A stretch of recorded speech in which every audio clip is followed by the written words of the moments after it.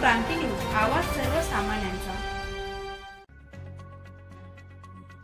कळवण तालुक्यातील सर्व शासकीय आश्रमशाळा व शासकीय माध्यम आश्रमशाळा वसतिगृह यांनी 13 सप्टेंबर रोजी आदिवासी हक्क अधिकार दिन साजरा केला।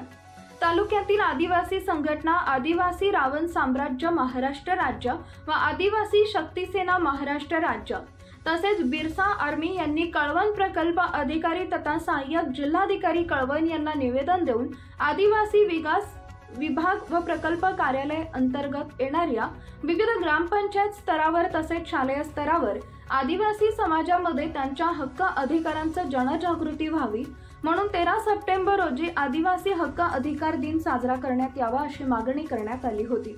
या अनुषंगाने कळवणचे प्रकल्प अधिकारी यांनी शासकीय माध्यमिक आश्रमशाळा यांना आदेश देऊन आदिवासी हक्क अधिकार दिन साजरा करण्याचे आदेश दिले। त्यात शासकीय माध्यमिक आश्रमशाळा काटरे दिगर दळवट गणोरा बापखेडा कनाशी खर्डे दिगर गोपाळखडी नरुळ या आश्रमशाळांनी सहभाग घेऊन अधिकार दिन साजरा केला। महाराष्ट्र क्रांती न्यूज साठी नाशिक विभाग प्रमुख पुंजाराम खांडवी पुनत खोरे कळवण। पूर्ण जगभर या कालावधीमध्ये 9 सप्टेंबर ते 13 सप्टेंबर या कालावधीमध्ये हा जागतिक आदिवासी अधिकार दिन साजरा केला जातो। मागच्या वर्षी 9 सप्टेंबर ते 13 सप्टेंबर या कालावधीमध्ये सिल्वासा या ठिकाणी संपूर्ण भारतभरातील आपल्या आदिवासी सामाजिक कार्यकर्ते त्याचबरोबर इतर जे संस्था आहेत त्या संस्थांनी मिळून हा दिवस साजरा केला होता। त्याच्या अगोदर कर्नाटकमध्ये झाला होता, आसाममध्ये झाला होता आणि चालू वर्षी आपलं उत्तरेकडचं जे हिमाचल प्रदेश राज्य आहे ते हिमाचल प्रदेशमधील शिमला या ठिकाणी 9 सप्टेंबर ते 13 सप्टेंबर या कालावधीमध्ये हा दिवस साजरा केला जात आहे। आपण देखील आपल्या शाळेमध्ये आज हा दिवस साजरा करतोय। आजच्या या दिनानिमित्त आपल्या शाळेचे माध्यमिक शिक्षक कांबडी सर यांना विनंती करतो की त्यांनी आपल्या सगळ्यांना जागतिक आदिवासी अधिकार दिनाची थोडक्यात माहिती द्यावी अशी मी त्यांना विनंती करतो। सर्वांना माहित होणं गरजेचं आहे। विद्यार्थ्यांना माहिती होईल आणि विद्यार्थ्यांना माहिती झाले तर आई वडिलांना ते सांगतील, गावामध्ये सांगतील आणि जेही अधिकार आणि हक्क आहेत ते सगळ्या गावापर्यंत पोहोचतील असा हा कार्यक्रम किंवा हा 13 सप्टेंबर आदिवासी हक्क दिन साजरा करण्यामागे उद्देश आहे।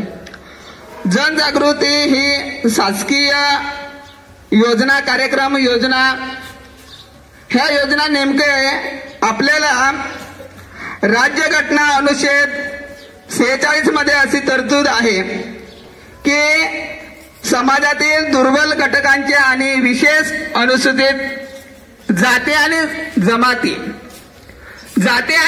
जमाती जमातीमध्ये आपण काय म्हणतो एसटी काय म्हणतो रे बाळा एसटी म्हणजे आपण कशामध्ये मोडतो एसटी मध्ये मोडतो अनुसूचित जमातीमध्ये मोडतो। या अनुसूचित जमातीचा जो दुर्बल घटक आहे या दुर्बल घटकांना प्रवाहात आणण्यासाठी त्यांना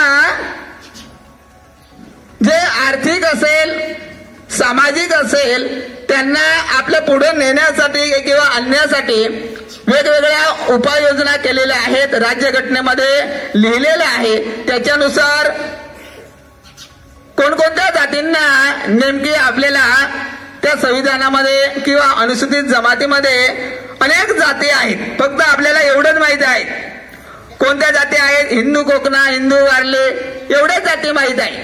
पण आपल्या या अनुसूचित जमातीमध्ये गोंड असेल, भिल्ल असेल, संताल असेल, मुंडा असेल, खासी, गारो, अंगामी, केंजू, कोंडाबा असे अनेक जाती आहेत। हे सुद्धा अनुसूचित जमातीमध्येच मोडतात आणि यांना सुद्धा सगळ्या आपल्या सगळ्यांना वेगवेगळे हक्क दिलेले आहेत. तो हक्क असेल म्हणजे वन हक्क असेल. वन हक्क सगळ्यांना माहिती आहे. आई वडिलांना विचारा, त्याच्यामधल्या बरंच माहिती तुम्हाला आई वडील देतील. मग हे आपण पहिल्यांदा बघूया की आपल्याला जे हक्क दिलेले आहे तो म्हणजे शासकीय आश्रमशाळा ज्या काढलेल्या आहेत.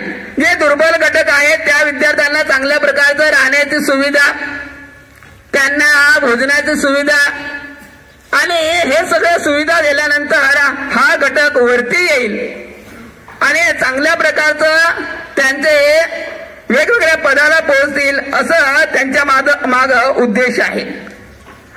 ज्या गावांमध्ये शबरीसारखे जे घरकुल योजना दिल्या जातात, ज्या लोकांना आदिवासी लोकांना राहण्यासाठी घरं नाहीत त्यांना विविध योजना दिल्या जातात. म्हणजे कोणतं आहे? शबरी आदिवासी घरकुल योजना.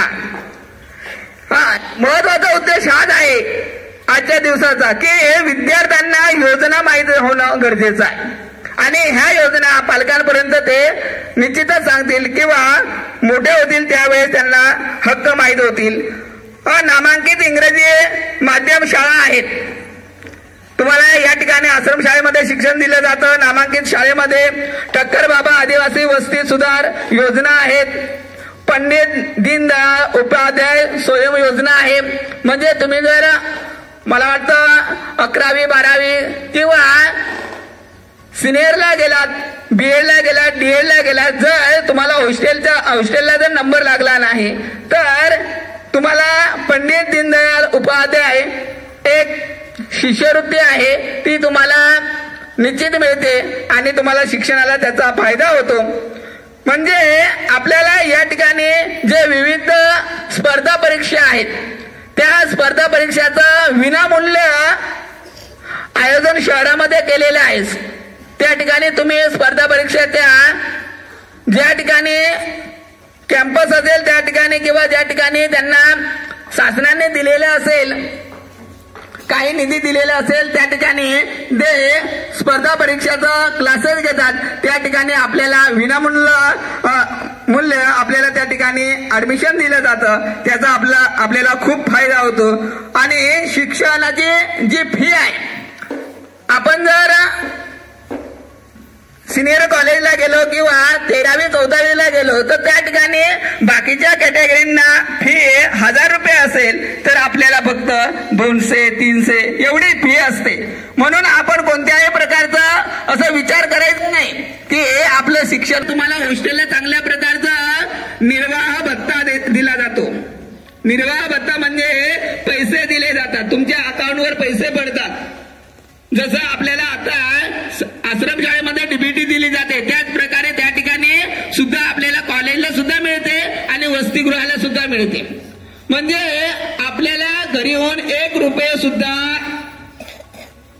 किंवा आपण फक्त कपडे भरून जरी आपण त्या शहरामध्ये शिक्षणासाठी गेलो तरी पण आपलं शिक्षण होणार नाही.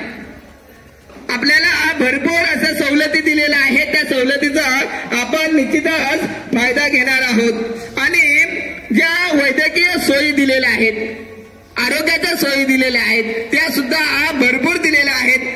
त्याचं सुद्धा तुम्ही निश्चित ज्याही वस्तू बनवल्या जातात त्याला एखाद्या वेळेस बैलगाडी असेल, एखाद्या वेळेस सोच्या वस्तू असतील, वेगवेगळ्या वस्तू बांबूपासून बनवल्या जातात आणि त्या बनवल्यानंतर त्या स्वतः खरेदी करतात. म्हणजे आपल्या ज्या कलागुणांना जेही आपल्याकडं कौशल्य आहे त्या कौशल्यांना काय दिलं जातं? वाव दिलं जातं. आदिवासींना रोजगार मिळावा याच्यासाठी प्रोत्साहन दिलं जातं. ते सुद्धा तुम्हाला माहीत असणं अत्यंत गरजेचं आहे. सगळ्यात महत्वाचं म्हणजे सगळ्यात मोठी पदवी म्हणजे PhD पदवी. कोणतीही जरी पदवी घ्यायची असेल, PhD पदवी सारख्या डॉक्टर पदवी घ्यायची असेल त्याला सुद्धा आपल्याला चांगल्या प्रकारचं शिष्यवृत्ती दिली जाते, पैसे दिले जातात. अशाच नवनवीन बातम्या पाहण्यासाठी आमच्या महाराष्ट्र क्रांती न्यूज या YouTube चॅनलला लाईक करा, सबस्क्राईब करा आणि बेल आयकॉनला प्रेस करा.